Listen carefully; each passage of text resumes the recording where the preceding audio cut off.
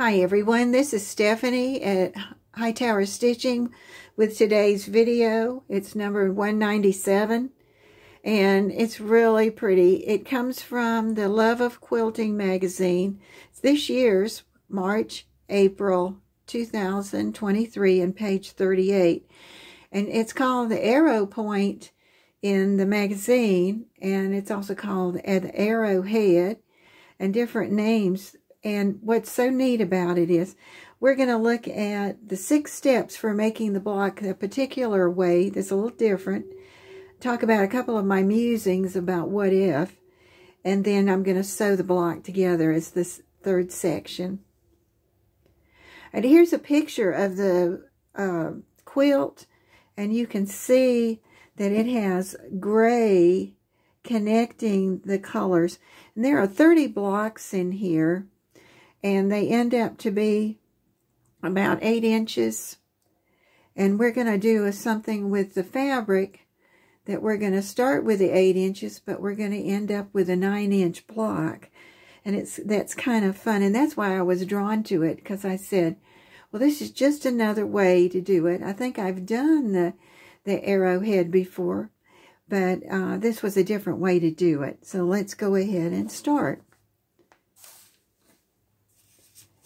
I've got a couple of samples of the finished block.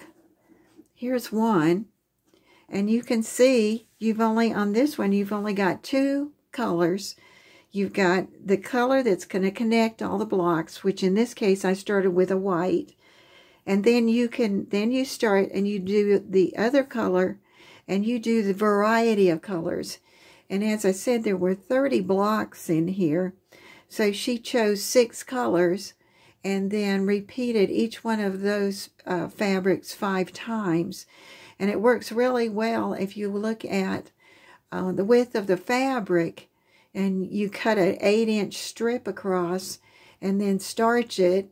I've got the can sitting here to keep reminding us, because there's going to be some bias in here. And then you can get 5 of those out of that strip going across the width of the fabric. That was one way. And then I said, well, I'll go back to something like what she did, was done in the article. And here I have the motley gray. It's going to be the background color. And then I pick other colors to use in there. And I like that, the way it turned out. And I do want to show you that she said, it was said to, author said, open the seams. And that's really nice. It really helps those to lay better. But you can actually sew your pieces together. And then at the end, come back and press it. But I finger pressed the seams in between time. And then I did a third one, which was based on that gray color. And here's going to be one of the differences. And I'm going to do this one time because I'm going to do it again at the end. But you have, here's your arrows coming out, your points. And this one was the same gray material.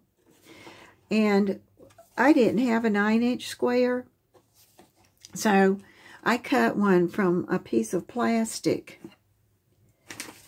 And I've discovered that I liked having the diagonal lines drawn in there and know where the center is.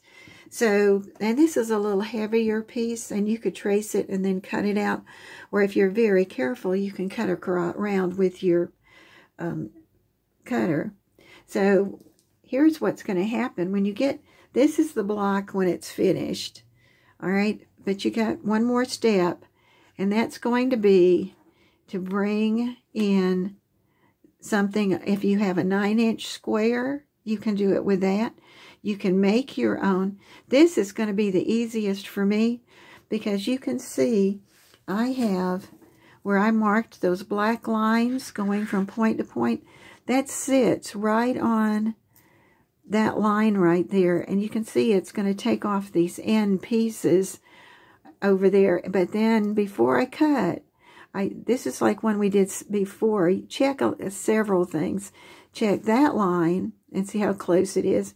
And then check the line going the other way, and then keep watching your point.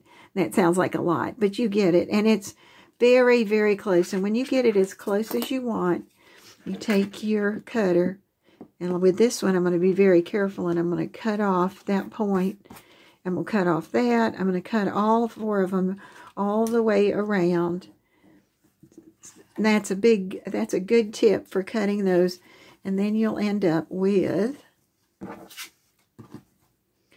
your square. And then if you lay this on there again and look, I've got it as close as I could to getting it with the middle, my straight lines, and then those lines right there. So that's something to help you get ready. Okay, so let's think about how we're going to start this. And when I started the one for you, I picked 2 colors, and I didn't know how this was going to turn out. So this was fun. And I started with the 8-inch squares and made 8 of the colors, and then 8 of the blue if you're going to make the quilt. Otherwise, I just made 1 8-inch and 1 8-inch. Now, I also found out, which makes sense, that I could take a 10-inch square, and you could lay those together and cut off the section, the extra 2 inches on each side. And that was kind of nice because that gave me some extra pieces to play with. All right, step 1, you've got your 2 8-inch squares, and you're going to lay those face to face, okay? All right, and then what you're going to do is you're going to come with your ruler, or your whichever ruler you like to use, and you're going to come up on the bottom left-hand corner, and you're going to put a mark where you come to 2 inches. All right, you're going to do the same thing. You're going to do it on the opposite corner, coming down, and mark that 2 inches. All right, once you've got that done, you're ready to go to the sewing machine. Now, we're pretending you've already starched this already, so you're ready to go. If you hadn't starched it yet, you can still take time to starch. Pin it together well, because we're going to go basically around most of the square. We're going to sew it. And also reduce the length of your sewing machine stitches, 1 or 2 to make them tighter. So you're going to start, and it doesn't matter which one you start with, but here I started with the black mark over here, and it's black so that you can see it. But it also helps if you use some kind of thing, an air erase or something, that you can see that mark well. And I put my needle down right there, and I sewed up to the corner. You can pivot and go the other way, but I found that I like to run it off the edge, because when I got ready to start again, I could tell exactly where 1/4 of an inch was. And then you're going to run all the way over to the other side and run it off. There I didn't for some reason, but it would be run off. All right, and then cut your thread and get ready to start at the next marker that you had made, and then follow it all the way down. And this one I did go ahead and just run it off, because then I could turn it, and I put my little thread catcher on the end, and then I was able to easily see where my 1/4 inch was, and then go all the way down to the end. So that's not too hard. And if you're making several of them at a time, you can come up with some neat ways of doing this. But when you're doing that first one, you're trying to get the technique, it's a good idea just to take that one and start. So that takes care of the very first part of our 6 that we want to talk about. All right, here's the second one. And I make it sound long. Let me tell you, it really is not long. All right, for this one, you're going to make a diagonal cut. But here's the thing you have to watch out for. Remember how we had 1 2-inch down on the left? Put him back down there again. And then the other one's up on the right. That's why I had that little mark to remind me to go that direction. All right. All you have to do then is lay your ruler down and we're going to carefully cut the diagonal.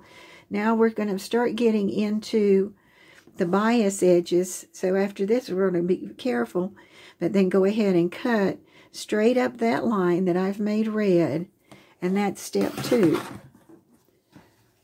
So first of all, you sewed around most of it. All right, here's part 3.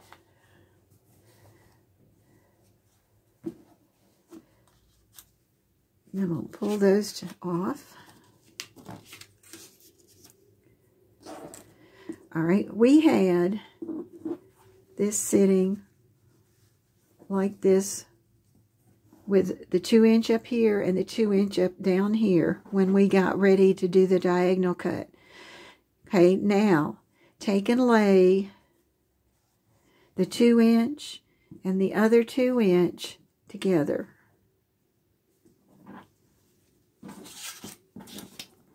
All right, lay the halves in the stack with the 2-inch at the lower left. And then it's going to be hard to cut. We're going to cut in a minute. It's going to be hard to cut with pins, but you might just want to anchor it somewhere. And I didn't worry about it, but I think if I was going to be working on a whole quilt, I'd think of some way. So now I've got this anchored. And this is part 3. I have my 2 inches stacked on top of each other. All right. Now this is the neat part. I like this. The first one you're going to cut, you're going to make, is going to take your ruler and your 2-inch. Okay. And you're going to line it up. Okay. I lined my 2-inch up, because I'm going to do the long cut right over on this part. Okay, so I get my cutter. And now you've got 4 layers, so you're going to have to put a little pressure on it to go all the way through. And it did, but don't pull them apart. I just wanted to make sure it was cut. Leave them sit as right as they were when you started.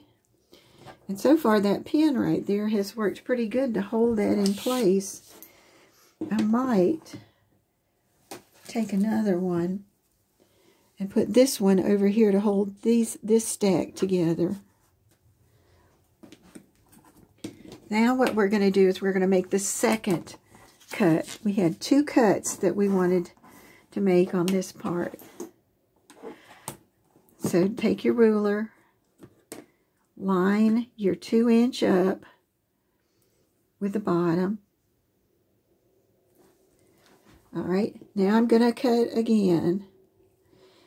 I'm going to bear down a little bit because I'm cutting through 4 layers.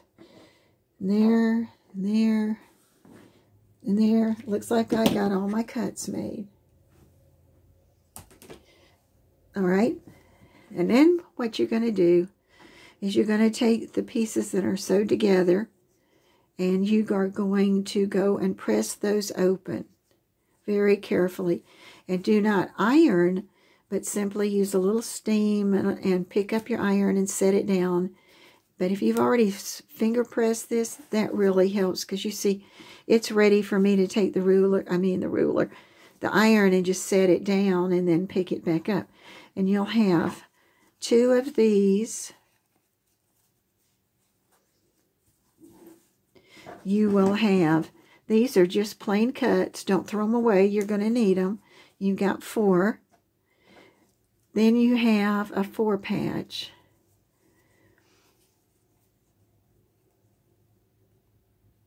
Do the same thing. Open it, press it. Okay, we got both of those. That's going to make the 4 patch.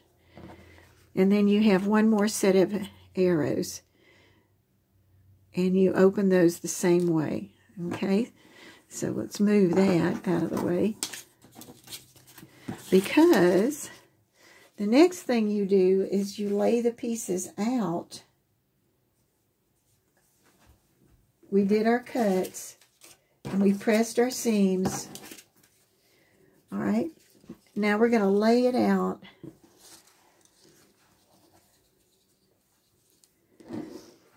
The number 5 was back to that pressing the seams open. All right. So now if you look, watch what happens. You have the 2 blues next to each other, the 2 yellows next to each other, and the blues. All right. We haven't made the 4 patch yet, but this one would fit in here so that the blue was against the yellow. And this one, and there comes your 4 patch. All right, now you've got blue to blue, so that's where your yellow is going to go. And you've got yellow to yellow, so that's where your blue is going to go. And you keep going around.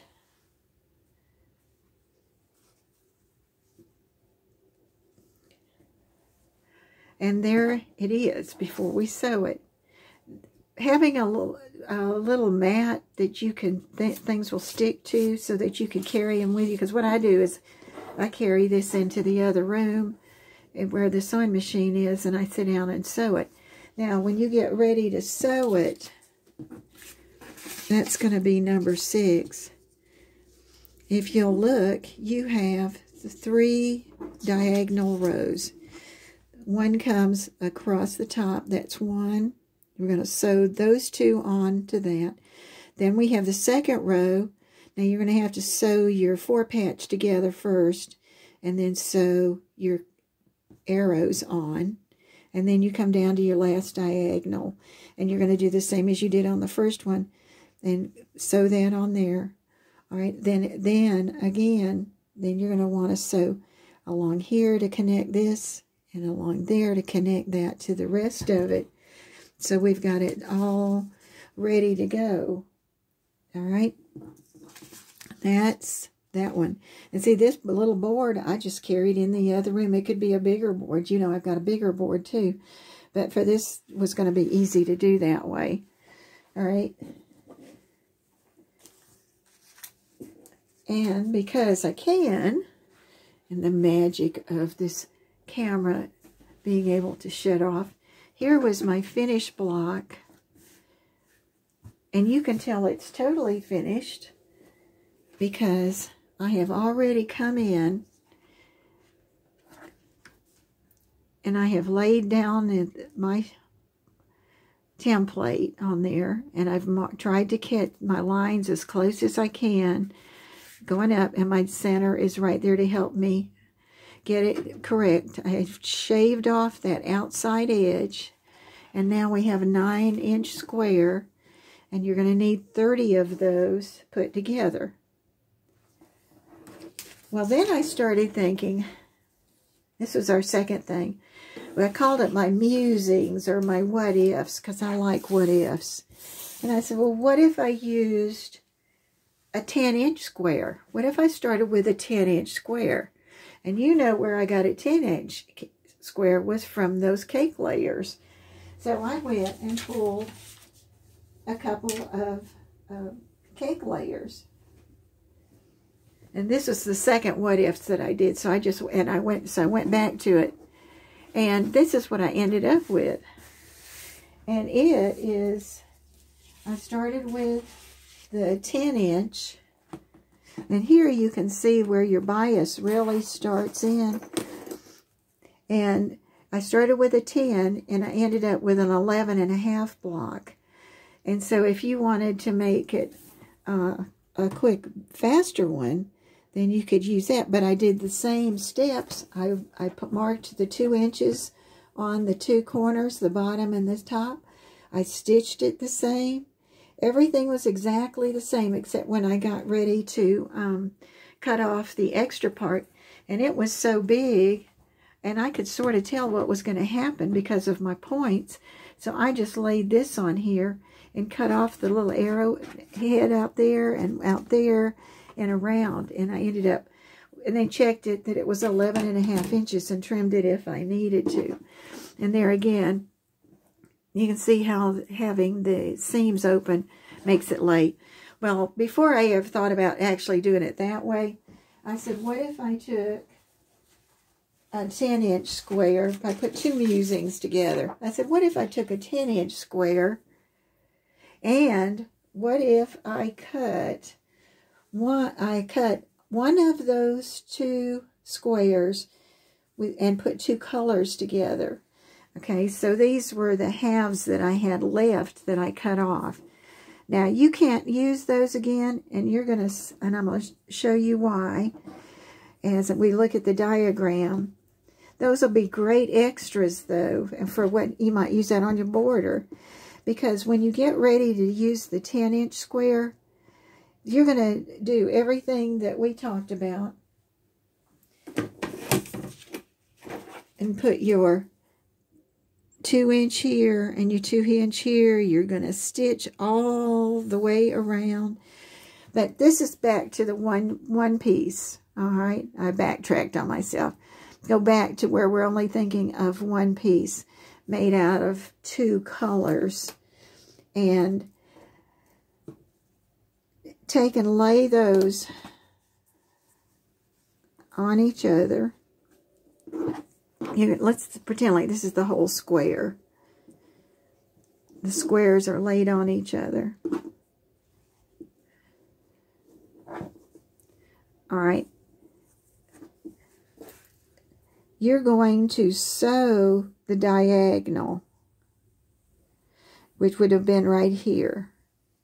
Sew the diagonal. Then come out from the diagonal and make a mark, or make your mark here where you're going to sew, and then come out and make another mark out here where you're going to go into that other half to get your 1/4 inch seam. Okay? Then, what do you get?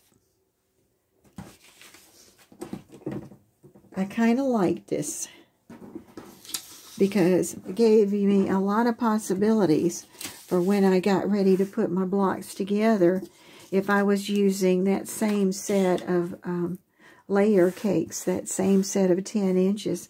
But you can see that my boxes are the connector to the next set of boxes. Then here was the dark piece that I had used, and then here was the other piece that I had used. And it just made an interesting ending to it.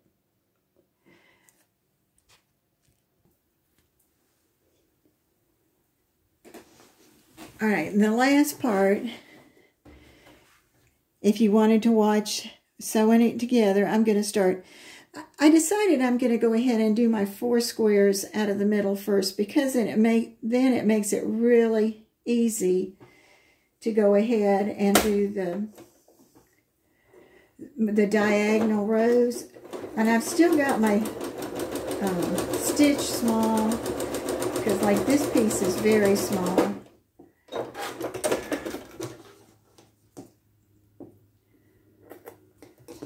Once I get this ready, then I'm going to be ready to go across. And that one fits together very well when it's open. And we'll look at that seam where that 4 patch is. And you can see that went together. And I didn't pin it because it's so small. But if you want to pin, you pin it so that it hits where you want. Then I'm going to set it back in my pattern. So I'm going to start with the first diagonal row. And what I found was, and it doesn't matter which one you start with up there, I'm just going to take this one and fold it in. But I did find that I did not like starting up here at the top, so I would flip it where I had those corners together. And this is going to go together pretty well. And so I put my thread catcher in there just in case I decide I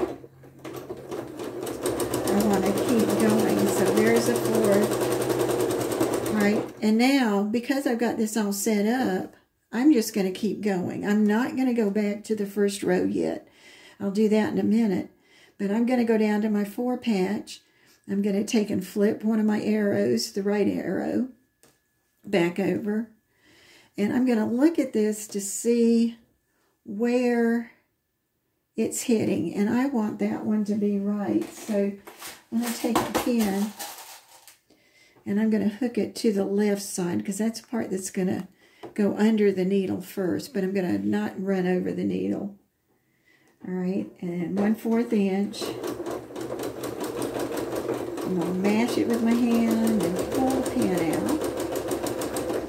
All right, then I'm going to move down to the last diagonal row we have, flip it over. And this time I don't have to turn it again because I've got this square, that 90-degree angle right there, and I'm ready to go across.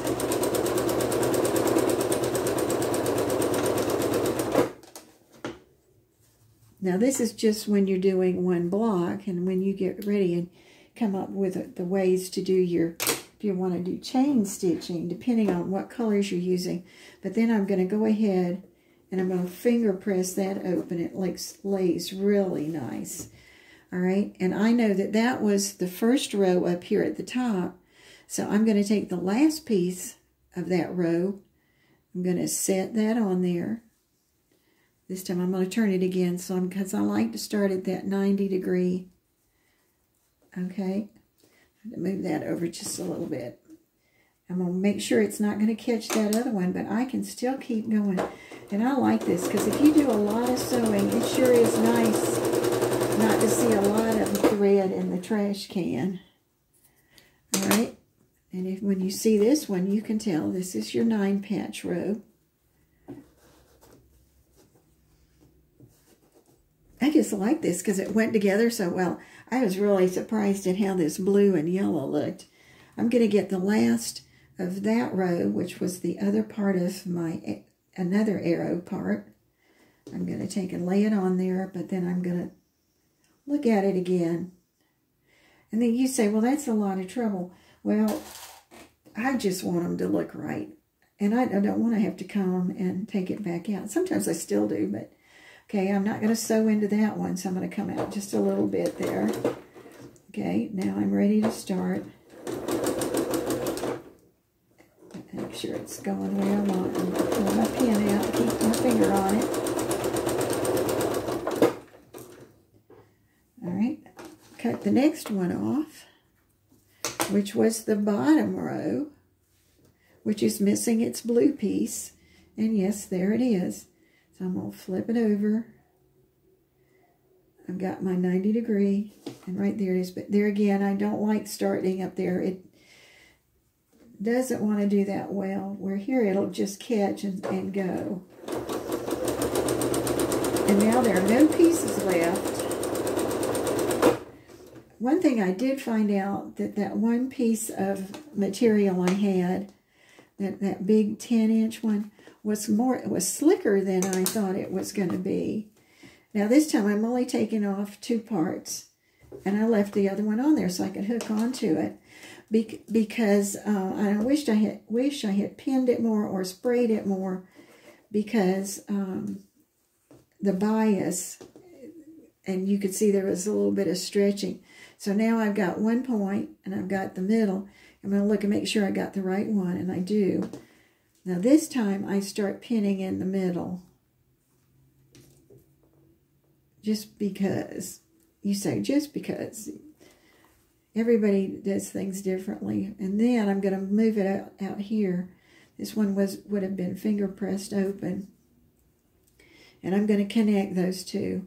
And if you look, they're going to fit just right. Sometimes one piece is a little bigger than the other. And by hooking the pins in and then giving a little tug, you can get it to sit right. And then this one's going to be all right. So let's go over here to this side. We had one more where we were connecting our seams. I'm going to lay it on there. I'm going to eyeball it. And I'm going to pin it again on that left-hand side. And so now we're ready. Now this one's really close. So I'm going to come out a little bit. And this time I'm going to start at the end. I'm going to put my finger under there to catch it. There it goes. do the 1/4 inch. As I get closer, I mash down with my finger. That helps it to hold in place. Pull my pin.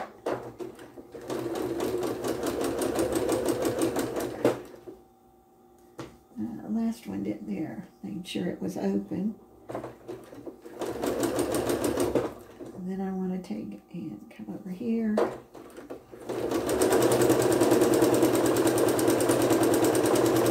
And now I have no choice but to take both pieces off, and I'll start with my thread catcher at the beginning. And there you can see that's landed right where it needs to be. So I'm going to turn the other one over and do a repeat. Now these seams were open like that is and really go fast. So I'm matching those. And I'm pinning it. And I'm opening this one and laying it on that one again. Okay. Pin it. Leaves one more. It's really a fun square. And one of the article in the magazine said that this pattern was first published in 1941. That was kind of neat. And it was made up of a bunch of small pieces. So I started looking at it, trying to figure out what would be all the pieces that you'd have. And this one, I think I'm just going to have to start and just watch that point. Real slow, and then you're ready to go 1/4 inch. Does it always do what you want it to do? No. But it's yours. And that's what I like about it. So you can play with, oh, I think I'll use a 10-inch block. After I saw that worked, I didn't have any desire to go to a 12-inch block because that's a pretty big piece of material. And then when I open up that side, all my pins are out. This is all set, ready to go. And then you remember the last step is after I get my final press, and I did press open this seam right through here too. And I think what happens is, because you're going to trim off those edges, the flatter it lays, you won't have that distortion of your template bumping over a seam in there. Because when you lay it on there, it lays flat, and you center it, and then look at your lines, and then just very carefully come and cut off the edges. This is a fun square. You can tell. You can always tell when I get carried away and make more than one. And I'm trying to think, I think I was trying to find the materials that went together that I would like to see made into, say, 30 blocks if I made a small quilt like that.